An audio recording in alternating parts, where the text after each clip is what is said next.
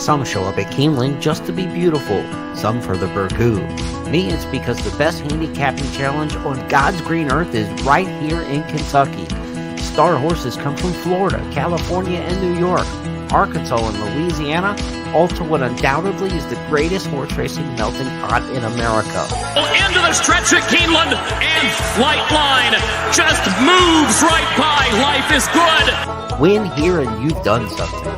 Love what you do and you'll never work a day in your life. That's Keeneland. Now, let's get handicapping. Hi there, everybody. Welcome into the Keeneland Look Ahead. I'm Jeremy Plonk from Horse Player Now. We get started each night at 8:30 Eastern for the next day's card. And what a Friday we have in store for you for April 21st.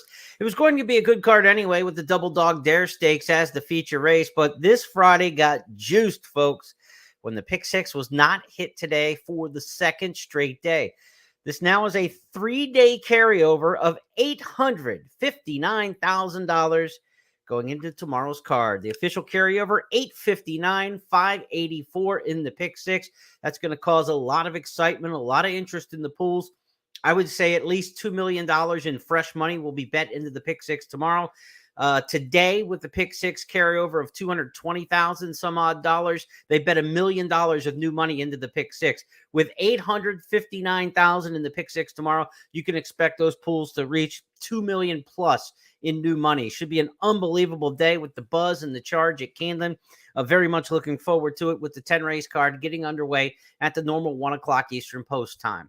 Hope you've joined us throughout the course of the season for these Keeneland Look Ahead podcasts. We'll go through our normal format, but I do want to spend a little bit more time on the pick six races because of the interest that's going to be in those. So you'll see a slight change to what we've been doing throughout the course of the season and last year as well. But on this, I think we've got a special occasion. And there's going to be a lot of interest in the pick six tomorrow.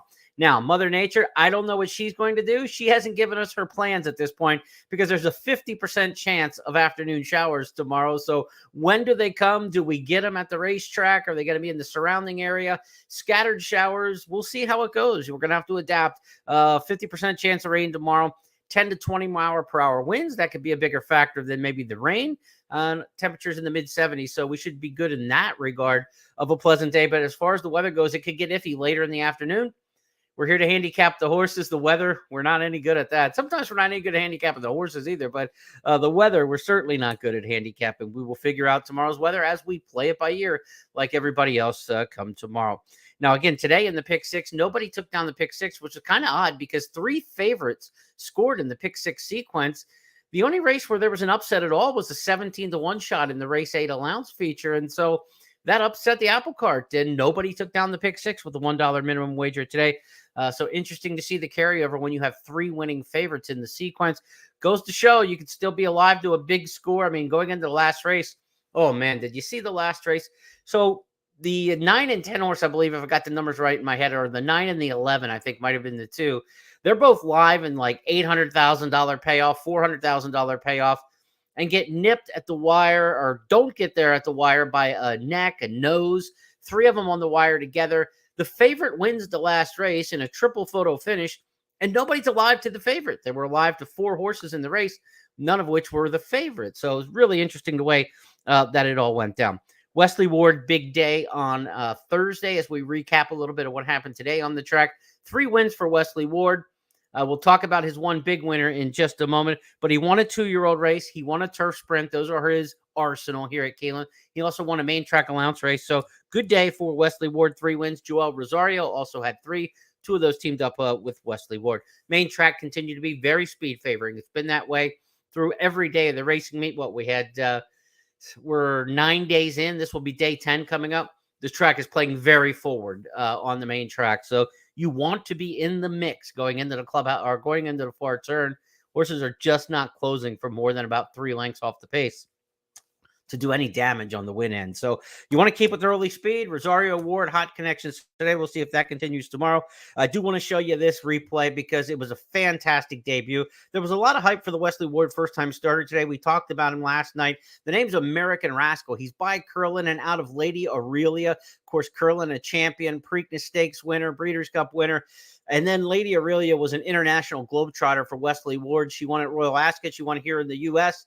Her full American Rascal today. What an impressive debut. Take a look. Family Factor, last of 9. Loudermilk has the lead. American Rascal coming forward to challenge as they move by the 8th pole, and American Rascal just runs right by. American Rascal, 16th pole, 5 lengths clear, 6, 7 lengths clear. A spectacular debut by American Rascal, who wins it for Joel Rosario. Almost.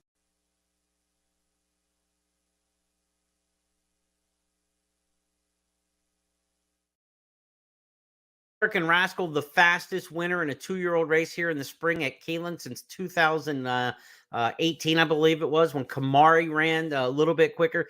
Top 7 all time since we've gone back to dirt in 2015 here, as far as the 2-year-old times go. And there was a meet back there at the beginning, 2016, where just everybody kind of thrashed through the track records, trading them off into 2-year-old ranks. A year the track was just super fast. I think 4 of the top 7 times all time for these 2-year-olds all came during that same meet back in 2016. So what a fabulous performance today. Can't say it enough for American Rascal. Headed next to Royal Ascot. Wesley Ward afterwards telling the simulcast audience that's where she'll head. She'll go overseas to England. So look forward to seeing her in June in one of the big ones over there. Or him, I should say. See him over in Royal Ascot in June. Just a fabulous performance. Let's talk about this Saturday card now, because the carryover, the Friday card, the carryover, the Doubledogdare Stakes. There's a lot to get to. Here's the big picture, what we're looking at for the Friday action at Keeneland. Early pick 5 begins in race number 1. The pick 4 is going to start in the second. Pick 6 will be races 5 through 10 on a 10-race card. Race 5 is also going to start the Keeneland Turf Pick 3 on races 5, 8, and 10. In green, we've got the Keeneland Turf Pick 3 races denoted. The late pick 5 is going to start in the 6th. The $200,000 guaranteed late pick 4 on Fridays will start in races 7 through 10. And again, we got those pick 3 races in the 8th and 10th. And then race number 9 is the stakes race of the day, the Doubledogdare Stakes.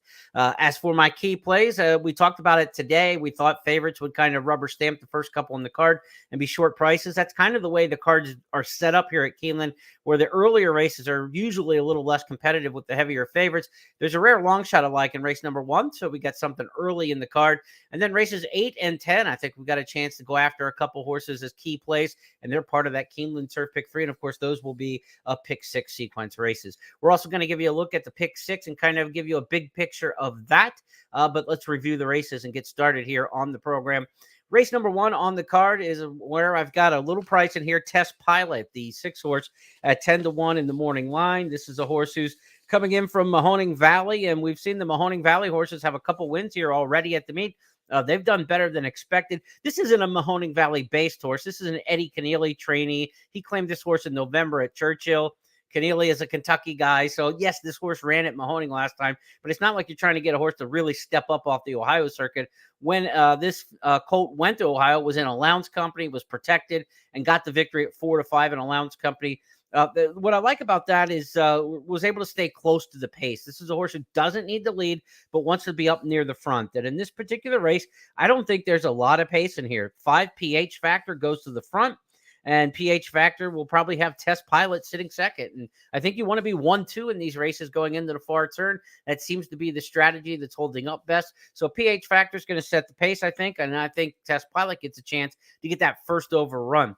Now, if you look at the handicappers across the way, we are all over the board in this race. So what it tells me, we are going to have a race where there's not a standout favorite. It's one of the reasons we show you this handicappers consensus box from Keeneland.com every night on the show, because the 1, the 4, the 5, the 6, and the 7, 5 different horses picked on top in a 7-horse race by 5 different handicappers. So you say, well, Plonk, you're probably not going to get that price on Test Pilot. Maybe we will, 10-1 in the morning line. But even if you go a little lower, I'm happy to play this horse around 5 or 6-1. I really like the trip that they should get under Luis Saez. So it's Test Pilot for me, but my handicapping brethren are all over the board in race number 1. Tells you that maybe you want to spread out a little bit, get a few options if you're going to play the early pick 5, the early pick 4 today. So let's get started with Test Pilot, our key play of the day, number 1.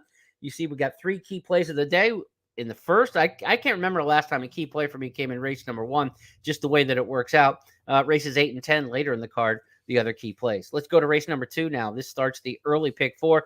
Maiden Claimers going long here on the main track. And do we have any more consensus in this race, not so much. The 9 Rush Center picked by 2 of us, but I've got Patrolman on top. Magnificus is the pick for Kim Nelson. Tom Leach, who's been handicapping well, has got the 6. Lazarus and Rush Center for Gabby and Scott. So 4 different top picks amongst the 5 public handicappers. There's a lot more indecision at the beginning of this card than we're used to seeing.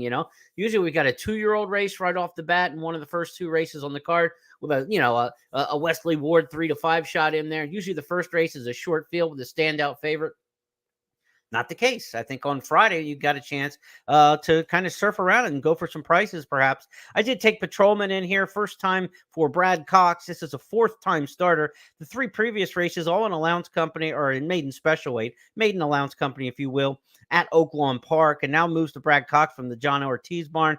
Gary and Mary West send this one in with a good pedigree by Empire Maker out of a Super Saver mare. Distance is no problem at all. And the Oaklawn horses have run really well here early in the meet, first couple weeks of the meet, despite Oaklawn still running. Oaklawn used to close before Keeneland started. And then when Oaklawn extended its meet, they keep a lot of the horses still in Hot Springs. They've got a big card, the Oaklawn Handicap, coming up on Saturday.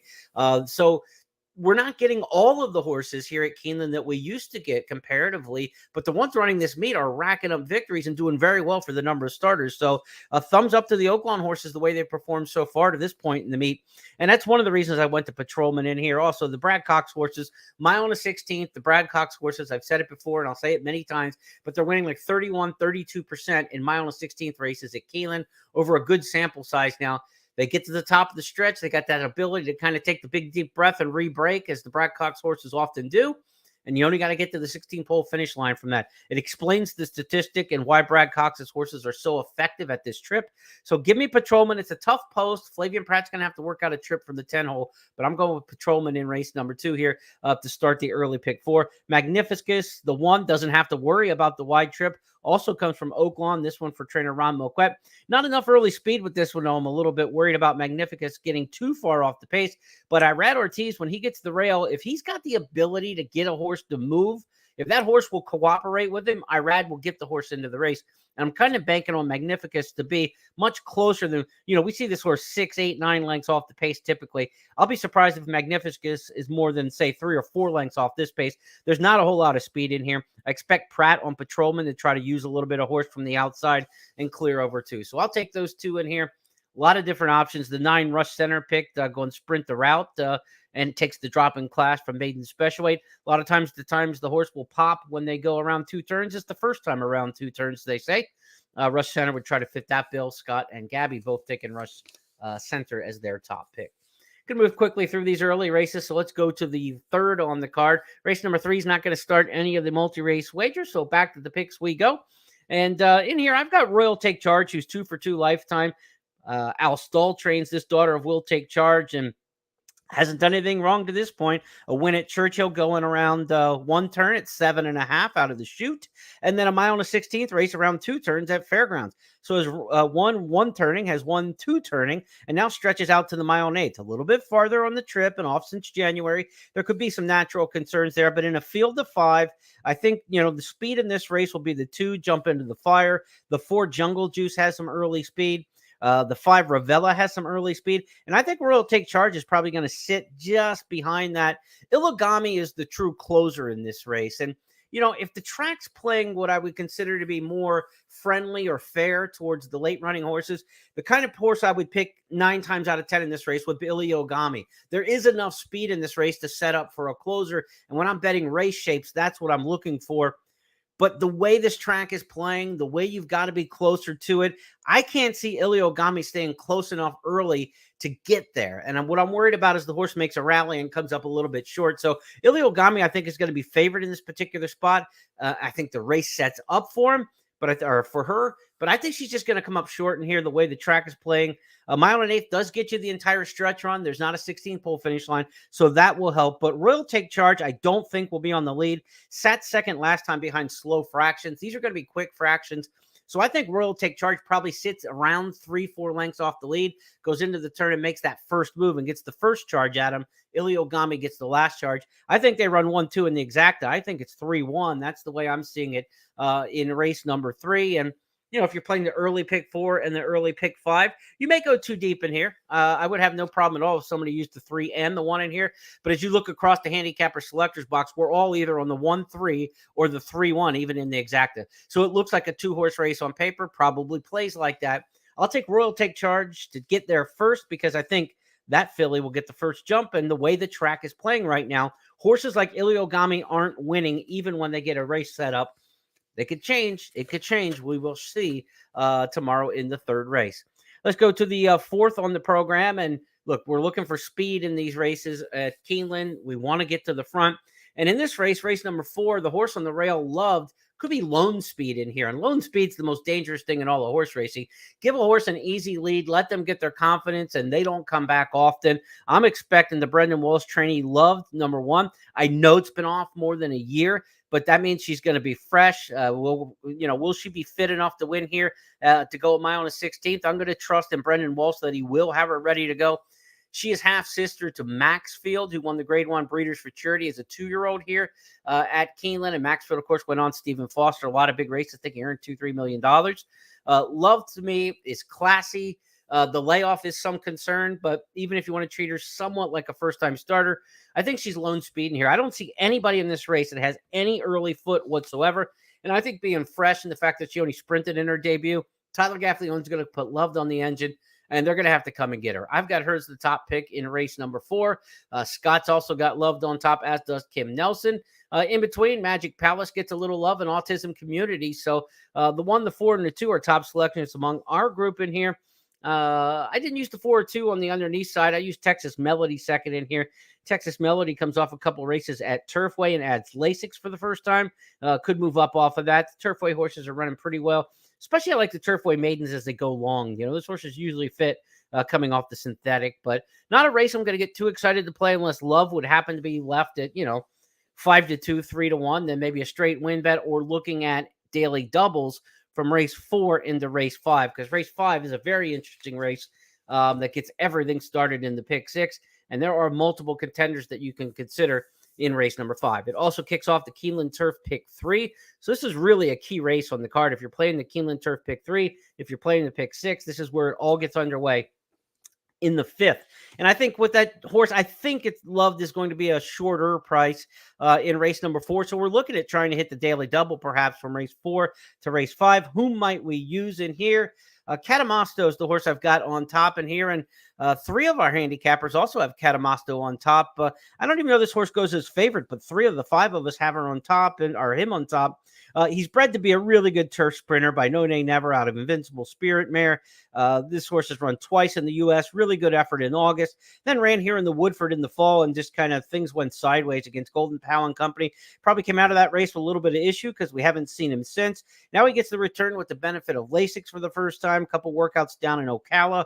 I think Mark Cassio will have this one ready to go. And I love the 3, 4, 5 power posts in these 12, 13 horse turf sprints. We get the big 12 horse fields. 3, 4, and 5 have a good statistical advantage. And I'm looking for that to play dividends here. I also think in this race, the 4 Gregory's Pride, the 5 True Jedi, and the 6 Trust Daddy are all horses that you want to consider using. They're all in the gate next to each other. True Jedi's got Irad Ortiz up. Trust Daddy has Joel Rosario. Those are by far the 2 best jockeys statistically in Keeneland Turf Sprints. So the 5 and 6 have to be in your mix. Gregory's Pride looks really good for a Phil D'Amato barn that has come in from California and is firing with the horses he sends in at this meet. He teams up with his old partner out in Southern California, Flavian Pratt. They have a tremendous percentage when they work together, 30% over the last year or two working together, Pratt and D'Amato. So a lot to like there. I thought Catamasto might be the price between the 3, 4, 5, and 6. I thought I was going for the horse who will be the best price of that bunch, and that still may be the case. But with 3 of us picking the horse on top, we might all have the same kind of idea. Catamasto, the top choice for me. Again, 3, 4, 5, and 6. I think you want to use all those. And certainly keep an eye on the also eligible list here, as Kim Nelson has on top. I didn't include Red Hot Rod in my top 3 because of being on the also eligible list, and there were other really good options here. But the 13 draws in the field, you absolutely have to use Red Hot Rod as part of your mix. So keep an eye on the scratches and changes as they come out tomorrow morning. As you tune into the Today at Keeneland show, whether or not Wesley Ward's horse gets in there Red Hot Rod a big deal in race number 5, whether that horse draws into the field. And maybe one of the other main contenders would scratch and be the one that comes out when Red Hot Rod gets inserted. And now you're looking at, look, I've got to use this horse in a swap situation. But 3, 4, 5, 6, all very legit, I think, in race number 5. Let's go to the 6th race on the card. And the 6th race is going to kick off the late pick 5. Late pick 5 on races 6 through 10 on these 10 race cards. This is another spot where I think we may have a potential lone speed on the rail situation. I talked about it with Love in race number 4. Same thing goes here for number 1, Morning Cup. And Morning Cup is picked on top by Scott, Tom, myself, and Kim Nelson. There's really no speed in this race at all. The Alstall trainee should go to the front. Irad Ortiz, when Irad Ortiz gets a speed advantage like this in the rail, you just can't see him giving it back. I think there's just too many advantages there for one of the most aggressive and talented riders there is out there. Morning Cup looks like a single in here if you're playing the late pick 5, which kicks off in this leg. If you're in the pick 6, I think this is a single potential as well. Morning Cup, Alstall, Irad Ortiz, I think they take this race.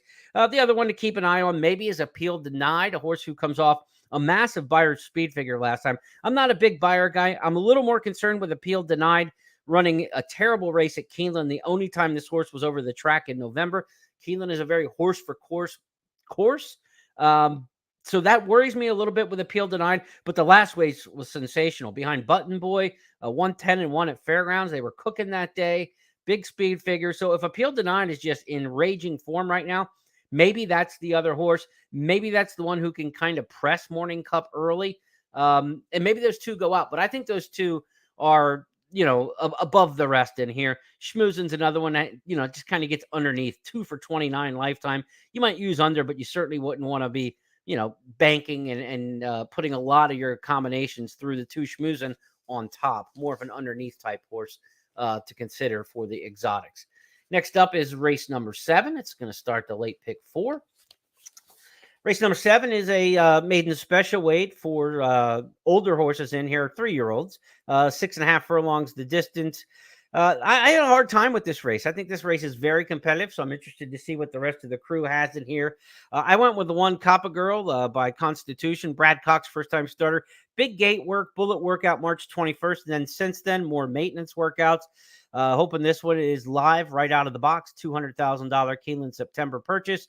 Coppa Girl for me, the 1, but I've got literally 5 horses in here that I look to use. 1, 6, 9, 8, and 5. And as you look across the handicapper selectors box, that didn't even include the 4 or Scott's picked the 4 in here. Hide right away. And then the others are kind of in that mix. So I'm 5 deep, and I only have Scott's top choice in here, a horse coming in from Laurel Park. So this is a race that you're going to need coverage in. It starts the late pick 4. I don't see any way to get great confidence. The 6 Sassy Walker's a first-time starter that's got some interest for sure. The 9, she's a small-town girl, has run already and took it on some good horses, right? I mean, she ran taking on good horses. She ran against Punch Bowl in her debut at Oaklawn. Punch Bowl, we saw come back here and run a really good race in the Ashland. So she's a small town girl is interesting in here. Magical Loot has run against good runners in her couple starts, and she's trained by Ian Wilkes, who's had a tremendous meet here at Keeneland. So there's a lot to like about many of these in here. The 8 Check Engine Light has, comes out of the Busher against some fillies that are heading towards the Kentucky Oaks. So this is a very tough race. You've got first-time starters from barns that can win right out of the blocks. You got some experienced horses who have, good company lines. I don't have a great feel for this race. And when you look historically, the trends in this race, 17 winners for Gulfstream Park preppers, 14 for first-time starters. And we have nobody from Gulfstream in this race. So I kind of lean towards the rookies when none of the other circuits typically produce a lot in the maiden special 3-year-old ranks here at Keeneland in the spring. So it's either a Gulfstream horse or a first-time starter. Statistically, that's the way it leans.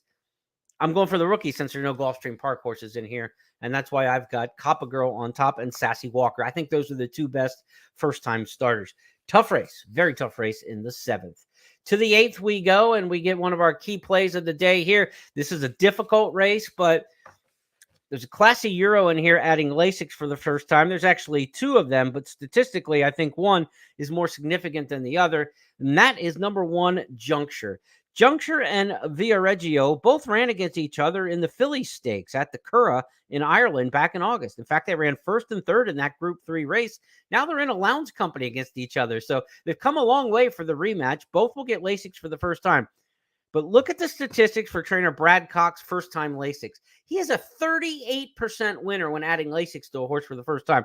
That's one of the strongest trainer stats you'll see from 99 starters, according to the DRF sample size. So Juncture was really good overseas. And now with Lasix running here in the U.S. for the Brad Cox barn, could move forward even off of that. So while Juncture and Viareggio are familiar with each other from their race in Ireland, maybe in the States, the lean now with Lasix goes to Juncture, gets a little bit better post, but they're both drawn well in the 1 and 3 holes, respectively. I think they're both serious contenders in here. I think you also want to look at Fancy Martini, who was a winner over the course here last year. Joe Sharp's horses do pretty well going long. He's had a struggle so far this meet, but he can pop a horse in at a price. And I think Fancy Martini's one in here at a number if you're playing intra-race as far as trying to get an exacta or a try. Fancy Martini's a horse who's going to be a good price that you want to use in the underneath slots. But man, this is a race that's got some serious options to it. The 1 and the 3 are going to take a lot of the attention. Juncture, the top pick for Tom, myself, and for Scott. Viareggio for Gabby. And then Fastest Flight is going to get the top pick in here from Kim Nelson. And she's been good with her picks so far this meet as well.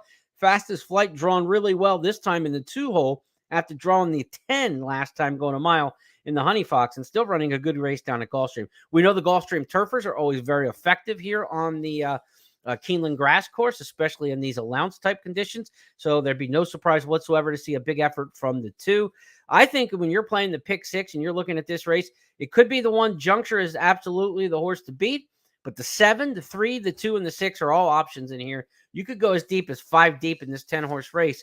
And have good options to go after. But I really like Juncture in this particular spot. Intra race, I would play the 1 over those other 5 horses, those other 4 horses, the 1 over the 7, 3, 2, and 6. Going to try to hit some exactas, going to try to hit the try perhaps. Use the 7 in those underneath spots, 2nd and 3rd. So 1, 7 all, 1 all 7, trying to attack. If we get the horse on top that we like and we can get that long shot to run 2nd or 3rd, we want to make sure we at least come away with the 50-cent version of the trifecta with the full wheel. But good race in race number 8. Next up is the 9th on the card, and the 9th race will be our stakes event of the day. It's the Doubledogdare Stakes, Grade 3, $300,000 the purse here. Mile on a 16th, and this is a race where you've got some big barns with horses who are in pretty good form. Interstate Daydream comes back in here off a good 3rd-place finish in the Azeri Stakes. Brad Cox trains Interstate Daydream. This race is a mile and a 16th. We talked about the 32% win rate for Cox in these mile and a 16th races. Interstate Daydream ran a good one here last year in the Ashland when she was 3rd that day, to really one of the all-time good efforts in the Ashland by Nest. Nest ran away that day. Interstate Daydream had the lead. Got a little discouraged in the stretch as she got further in the rearview mirror of Nest that day, but she came back and won the Black-Eyed Susan, had a really good 3-year-old campaign. She's 2nd off the layoff. The race for Interstate Daydream in the Azeri Stakes last time out at Oaklawn was essentially a grade 1 because she was running against Secret Oath and Clairiere. Those two came right back out of that race and finished on the wire together, a nose apart last week in the grade 1 $1 million Apple Blossom. So the race Interstate Daydream comes out of simply is better than the race any of these others come out of. She might just simply be the one to beat. But it's not just Brad Cox with a big barn influence in this race. You've got number 2, Green Up, with Irad Ortiz and Todd Pletcher teaming up in Stakes Company around 2 turns here. This is a filly who was 9-5 to win the Cotillion, a grade 1 when things went awry for her. We haven't seen her since then in September, but she was a rising star, and who knows what we get from Green Up off the workouts at Palm Beach Downs, but she could certainly be effective in this particular spot and would not be a shock. The 7, Hidden Connection, was really one of the nice 3-year-old fillies last year. She was 2nd beating the nose in the Fairgrounds Oaks. She's had some big efforts. She comes off a 2nd in the Ladies Classic down at Sam Houston, and Brett Calhoun uncorked one today who had back-to-back wins at Sam Houston. You think that Texas form wouldn't translate here to Keeneland? ran off the screen today in Allowance Company. Really good effort from a Brett Calhoun trainee who wintered at Sam Houston. Don't be surprised. Hidden Connection was a very good 3-year-old filly last year. She could easily win this race. And then you got the 3 Frost Point, who's in really good form. Back-to-back wins in December and February at Aqueduct for Bill Mott. So, yeah, okay, just take the Brad Cox horse going to mile on the 16th. Be done with it. You know, she's run well over the track. It could be as simple as Interstate Daydream. But you also got Mott in here. You also have Pletcher in here with horses that are in good form. Hidden Connection coming off a second in the Sam Houston Ladies Classic. Didn't fire last time in the race in the Azeri, but now she's back. You know, she's back here in Kentucky, and we'll see. Hidden Connection, she could be effective in this race. I do think the 4 is the one to beat, though, Interstate Daydream, and you have to make a decision on just how many of these horses you want to use and what you can afford when you're looking at the pick 4s, the pick 5, and the pick 6. Look, the pick 6 gets more expensive. It's a $1 minimum, and it's also a race that stretches over 6, or a bet that stretches over 6 races. Pick 4, pick 5 have 50-cent minimums, and you don't have to use as many races when you're building up the budget of your tickets. So while maybe in the pick 6 you're going to single Interstate Daydream because you have to, because otherwise things are going to get super expensive. In the pick 4, pick 5, you might have a single on Interstate Daydream in the pick 6, but in the pick 4, pick 5, you may choose to use a multiple number of these other horses who are good options. And that's kind of a way to hedge and strategize throughout the course of the day. But if you do like Interstate Daydream, you go for the single absolutely in this spot if you feel confident in that runner, because you want singles in multi-race wagers. You simply do. It's either going to cut down the budget of your ticket completely, or it's going to allow you to play more combinations of what you like. You know, instead of going too deep and doubling the cost of the ticket, you're not playing a 50-cent ticket now. You're playing $1 for the exact same amount. And when you hit it, you hit it twice. And it's about getting paid when you're right in this game. So tomorrow's a day where somebody's going to get paid well. Hopefully it's you, and hopefully it's me as we hit the 10th and final race on the card. Back to the big board here. Want to see what the folks have. Interstate Daydream picked on top. Green Up picked a couple times, and Traverse even gets a top pick. We talked about the big barns.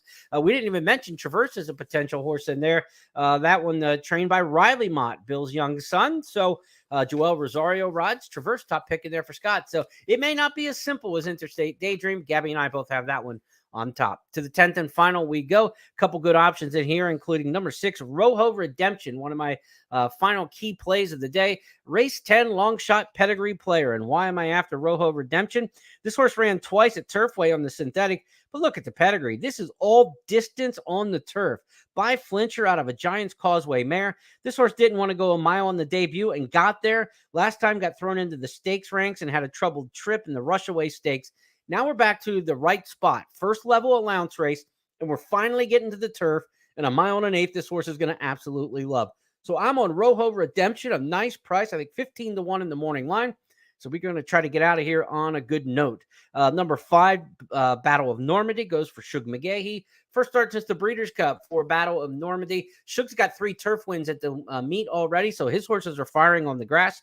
Don't be surprised if Irad Ortiz and Battle of Normandy are a big part of this. And number 9, Our Dream Ride, Ian Wilkes. Again, we've talked about the good meet that he's had. This one comes off the turf at Gulfstream, has run well here in the past. Only got beat 4 lengths or so in the Bourbon Stakes. A good third in Allowance Company here in the fall meet. We know Our Dream Ride likes it here at Keeneland. The winter turf racing at Gulfstream is superior to other parts of the country. So Our Dream Ride would certainly fit on the return back here. 6, 5, and 9 for me in the nightcap. Take a look at what the other handicappers have across the way. The 9's the top pick for 3 of them. Our Dream Ride for Tom, Gabby, and Kim. Scott's got number 10, Read On, as his top pick for trainer Dale Romans. That one coming off back-to-back wire-to-wire wins. So he's looking for some speed on the turf, Scott, with Read On. Okay, so that's going to wrap up the handicapping for the entire card. I want to review that pick 6 again.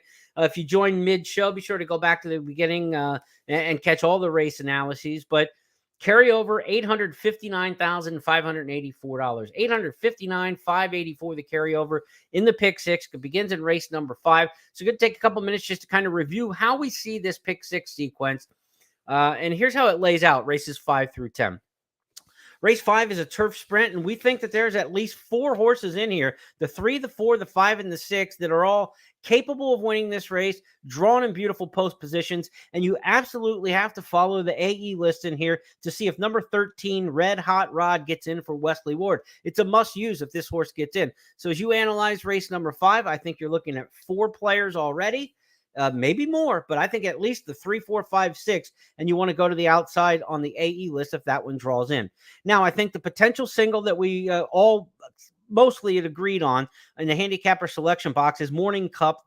For the 5 in race number 6, took this horse for Irad Ortiz. Looks like potential lone speed. If not lone speed, only appeal denied is going to run with them early. I think you get a great trip there from the rail with Irad. That looks like the potential single to me of most confidence. Now, if you don't like this horse, now you're saying a lot of people are going to end up singling in race number 6. I don't like this runner. That's when you can get excited if you have other singles that you do like, because you're going to get way outside the public and look at a snowball payoff if that horse gets beat in race number 6, if everybody else is singling like we suspect it might be. I think there's a lot of options in race number 7. The first-time starter angle, we talked about no Gulfstream horses in that race, so we're looking at the rookies. There are good rookies to choose from. A couple horses who have run against really strong competition in the 3-year-old filly rank. So I think you're looking at, maybe going as many as 5 deep to try to get coverage in race number 7. Again, if you have a stronger opinion, this is where you pare down and this is where you separate yourself. Race number 8's one that I think, with the Brad Cox first-timer from Europe getting first-time Lasix juncture, this is a classic single or spread situation. And why I say that is you either take one horse, and if you don't take the horse in here juncture, now you start to bring everybody else to the party and they look a lot alike. So if you're not singling juncture, how deep are you getting in here? Are you getting 3 deep, 4 deep, 5 deep?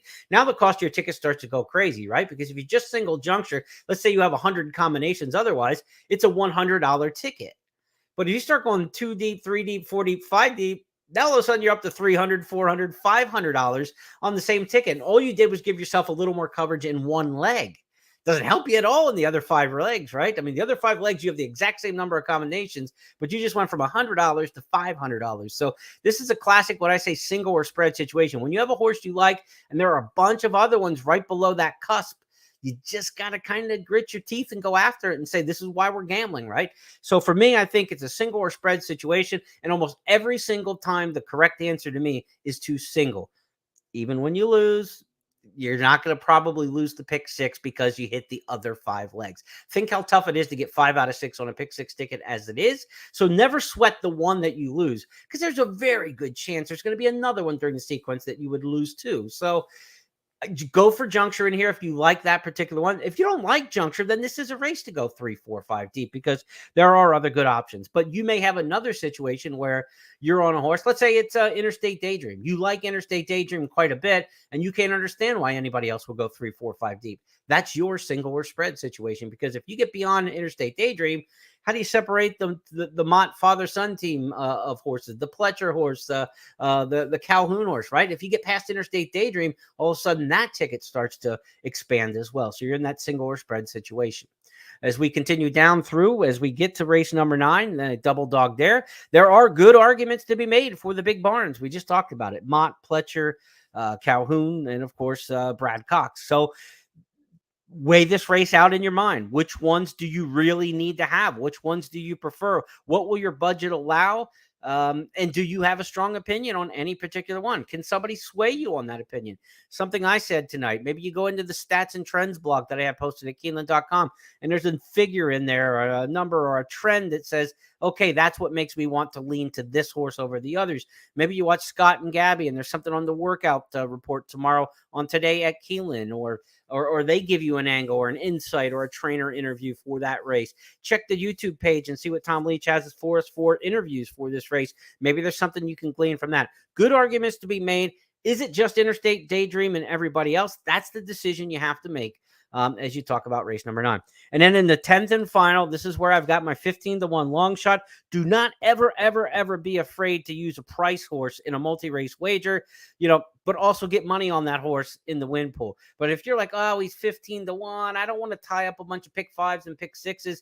That's how you get the big payoff, is because you had the 15-1. Remember, today's pick 6 carried exclusively because a 17-1 shot won race number 8. There were 3 favorites in the 6 legs of the pick 6 today. That 17-1 carried the thing. So I would not be able to live with myself if I got to race number 10 and said, I just didn't want to use this horse in the pick 6 today because he's 15-1.